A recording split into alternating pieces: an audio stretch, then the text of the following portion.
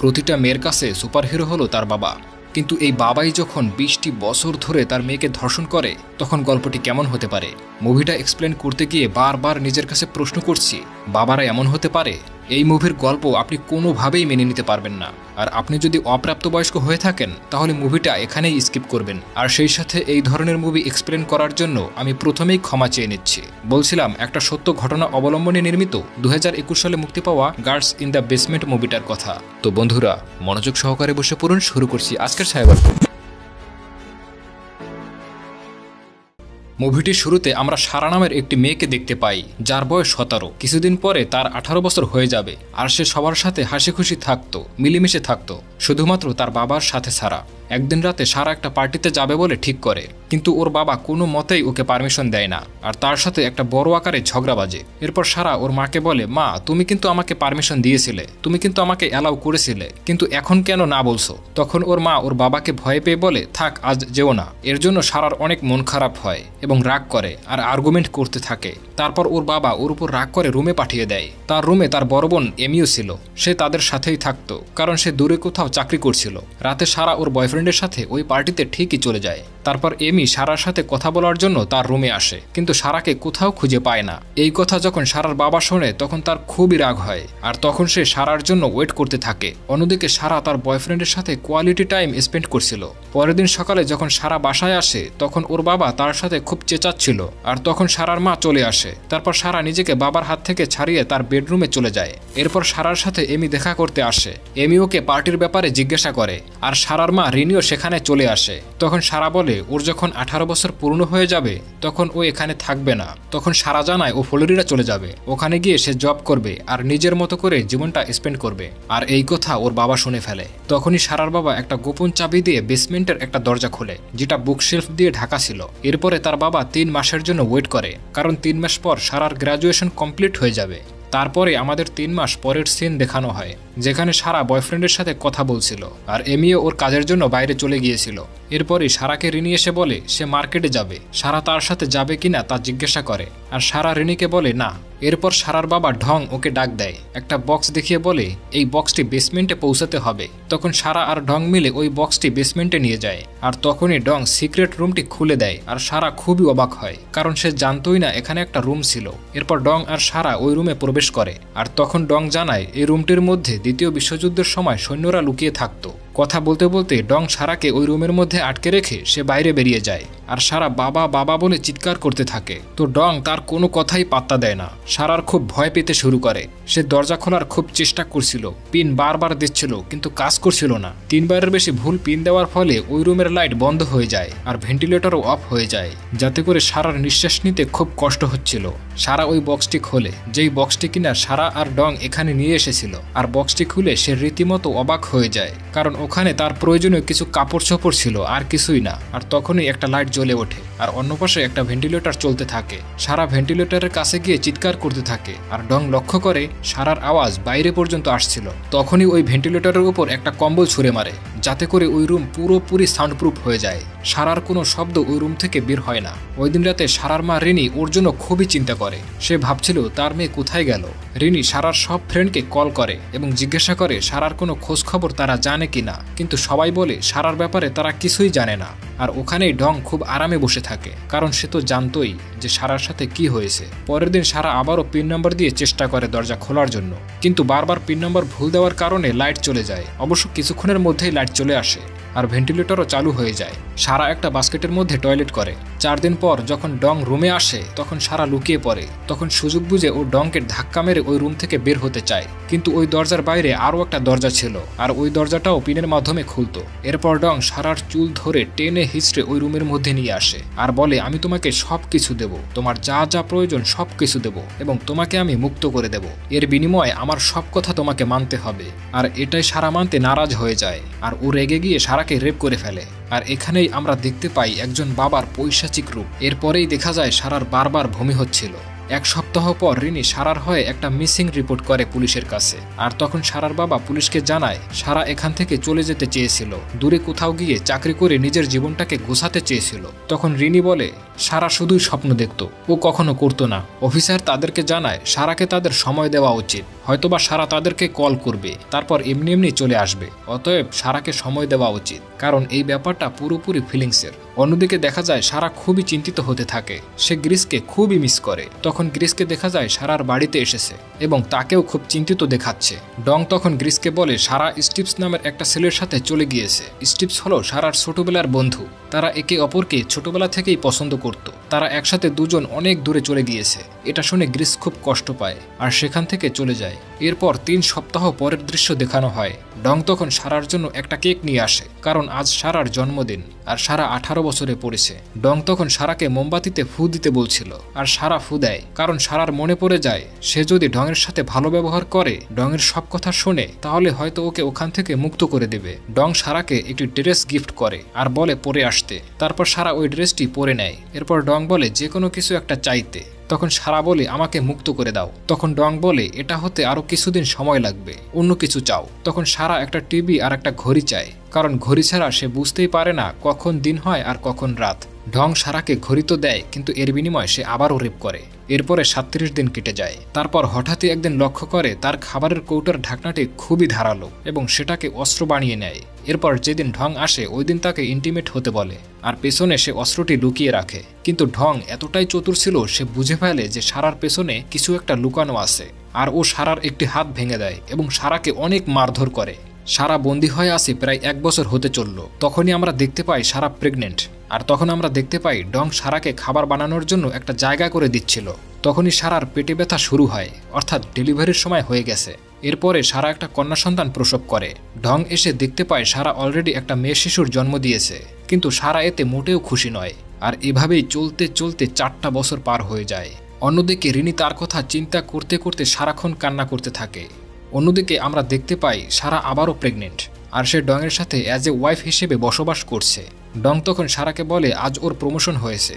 এরপরে ডং ওর আসল ওয়াইফের কাছে চলে আসে, মানে সারার মায়ের কাছে চলে আসে এবং বলে আজ আমার প্রমোশন হয়েছে। তখন রিনি বলে আজ যেহেতু তোমার প্রমোশন হয়েছে, তাহলে চলো আমরা সারাকে খোঁজার জন্য একজন প্রাইভেট ইনভেস্টিগেটর খোঁজ করি, যে কিনা আমাদের মেয়ের খোঁজ দিতে পারবে। এটা শুনে ঢং রেগে যায় আর বলে ওকে খোঁজার কোনো দরকার নেই, আমাদের অলরেডি একটা মেয়ে আছে, যে চলে গিয়েছে তাকে তার মতো থাকতে দাও। এই কথা বলে ঢং ওখান থেকে চলে যায়। এরপর ঢং সারাদের জন্য একটা টিভি নিয়ে আসে। এটা দেখে সারা আর সারার মেয়ে খুবই খুশি হয়। এটা তো সারার জন্য অনেক বড় ব্যাপার, যে কিনা এত বছর ধরে একা একা এই রুমের মধ্যে বন্দী হয়ে আছে। এভাবেই সময় কেটে যায়। তারপর সারার একটা ছেলে সন্তান জন্ম হয়। এমনই একদিন সারার মেয়ে মেলির খুবই জ্বর হয়, ও খুব অসুস্থ হয়ে পড়ে। তখন ডং ওর জন্য ওষুধ নিয়ে আসে, কিন্তু ডং যে ওষুধটা আনে সে ওষুধটা মূলত প্রাপ্তবয়স্কদের জন্য, যেটা সারা ওর মেয়েকে খেতে দিতে চায় না। তখন ডং বলে তুমি ওর মা, তুমি ভালো বোঝো, এটা তুমি হ্যান্ডেল করো। তখন সারা ওর উপর খুব রেগে যায়। এরপর সারা মেলিকে একটা গল্প শোনায়। সে বলে একজন রাজার একটা মেয়ে ছিল, সে মেয়েটিকে অনেক ভালোবাসতো, কিন্তু মেয়েটির পাখনা রাজা কেটে দেয়। মূলত এখানে সে নিজের গল্পই মেয়েকে শোনাচ্ছিল। এরপর সময় যেতে থাকে আর ক্রিস একদিন আবারও সারাদের বাসার সামনে আসে আর তখন ওর সাথে এমির দেখা হয়। তখন ক্রিস এমিকে সারার কথা জিজ্ঞাসা করছিল আর কথায় কথায় এটাও বলে দেয় সারা তো তার বন্ধু স্টিভসের সাথে চলে গিয়েছে। তখন এমি জিজ্ঞাসা করে ক্রিস এ কথা জানলো কিভাবে? তখন সে বলে এ কথা তো ওদের বাবাই বলেছে। এ কথা শুনে এমি খুবই অবাক হয় আর এমি তখন বলে আমার মাঝে মাঝে মনে হয় সারাকে ওর বাবাই কোথাও সরিয়ে দিয়েছে। আবার এটাও মনে করে হয়তো সারা দূরে কোথাও গিয়ে ওর জীবনটা ওর নিজের মতোই গুছিয়ে নিয়েছে। অন্যদিকে ম্যালি সারার সাথে জেদ ধরে বলে তাকে যেন পার্কে আর চিড়িয়াখানায় ঘুরতে নিয়ে যাওয়া হয়, কিন্তু সারা ওদের সাথে কোথাও যেতে পারবে না। তাই সারা ওদের সাথে ঘরের মধ্যেই খেলতে শুরু করে। আর এরপরে দেখা যায় সারা আবারও প্রেগনেন্ট আর রিনি ঢংয়ের সাথে খুবই ঝগড়া করতে থাকে, কারণ এমি গ্রিসের সাথে যে কথা হয়েছিল তা রিনিকে বলে দেয়। তখন এমি বলে যে তুমি সবসময় ওকে ঘরে বন্দি করে রাখতে চেয়েছিলে আর সবসময় ওকে রাগচাপে রাখতে।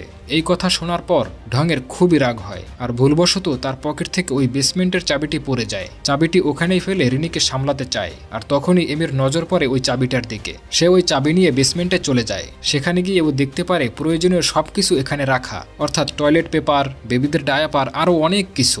এসব দেখে এমি ভাবতে থাকে এখানে এত জিনিসপত্র কেন রাখা আছে। আর তখনই ডং ওখানে চলে আসে, ওকে অনেক বকাঝকা করে ওখান থেকে বের করে দেয়। অন্যদিকে সারার ডেলিভারি পেইন ওঠে। সে আরও একটা ছেলের জন্ম দিয়েছে, যার নাম রাখা হয় টমাস।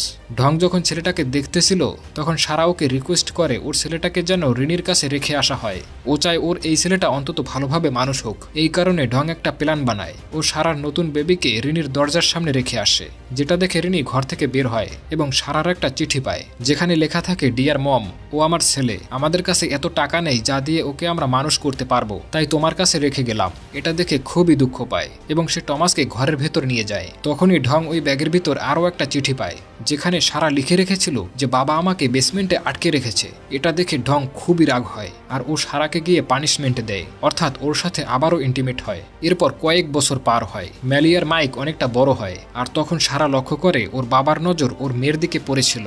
সারা এবার ওর বাবার খারাপ উদ্দেশ্য সম্পর্কে বুঝে যায় আর ও ঢংকে বলে ঘর থেকে বের হয়ে যেতে। লাইট না থাকার কারণে ভেন্টিলেশনও বন্ধ হয়ে যায়। এতে করে মেলির খুব শ্বাসকষ্ট হচ্ছিল আর ও ভেন্টিলেশনের কাছে বসে কান্না করছিল আর ভাবছিল ওকে এখান থেকে বের হতেই হবে। ওর কোনো বন্ধু নেই, ওর সাথে খেলার কোনো সাথী নেই। মেলির অবস্থা সারা বুঝতে পারছিল, কিন্তু ওর কিছুই করার ছিল না। অন্যদিকে টমাসকে ওর দাদি ভালোভাবেই বড় করছিল।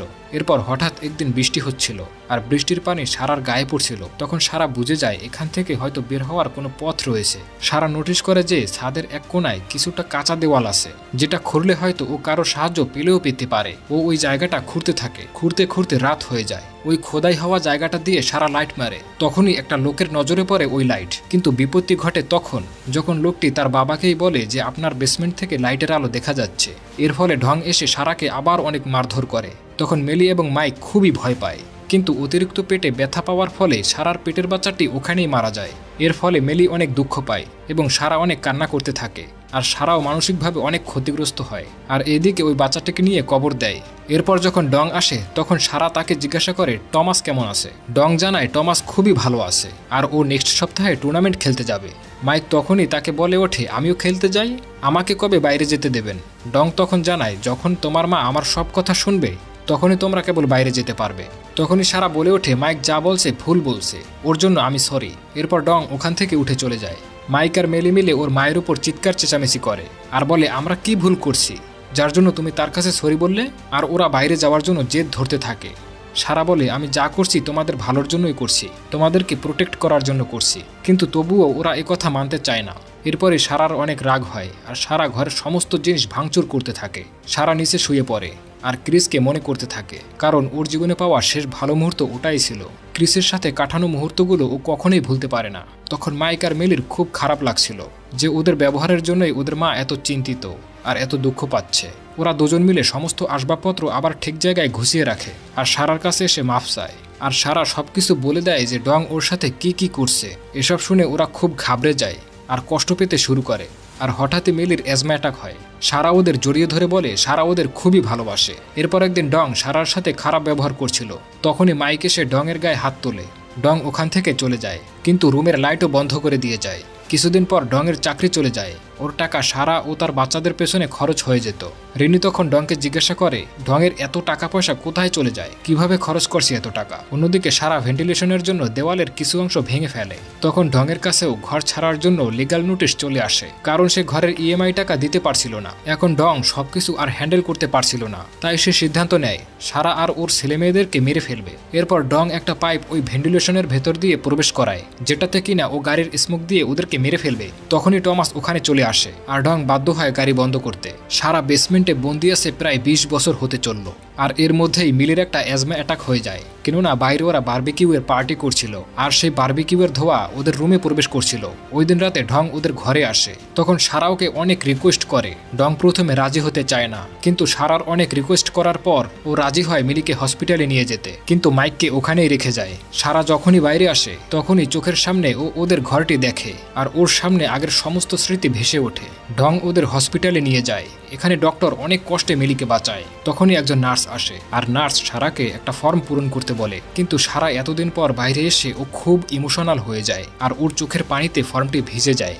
ডং যখনই একটা নতুন ফর্ম আনতে যায় তখনই সারা সুযোগ বুঝে ওই নার্সের কাছে যেতে থাকে এবং পেছন পেছন ডংও আসতে থাকে আর সারা নার্সকে জড়িয়ে ধরে, প্লিজ হেল্প মি। তখন ওখানে ভাগ্যক্রমে একজন পুলিশ অফিসারও থাকে আর সে ডংকে ধরে ফেলে।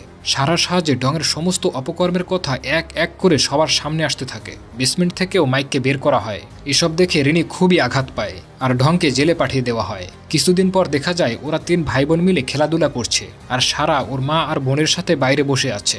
আর তখন ওখানে ক্রিস আসে। ক্রিস এখনো বিয়ে করেনি, কারণ সে এখনো সারাকেই ভালোবাসে। ক্রিসকে দেখে সারা খুব খুশি হয় আর ক্রিস সারাকে নিয়ে বাইরে ঘুরতে যায়। তো বন্ধুরা, কেমন লাগলো আজকের এক্সপ্লেনেশনটি কমেন্ট করে জানাতে পারেন। আর আমি আবারও ক্ষমা চেয়ে নিচ্ছি, দয়া করে কেউ আমাকে ভুল বুঝবেন না। সেই সাথে পরবর্তী ভিডিও দেখার আমন্ত্রণ জানিয়ে শেষ করছি আজকের ছায়া গল্প।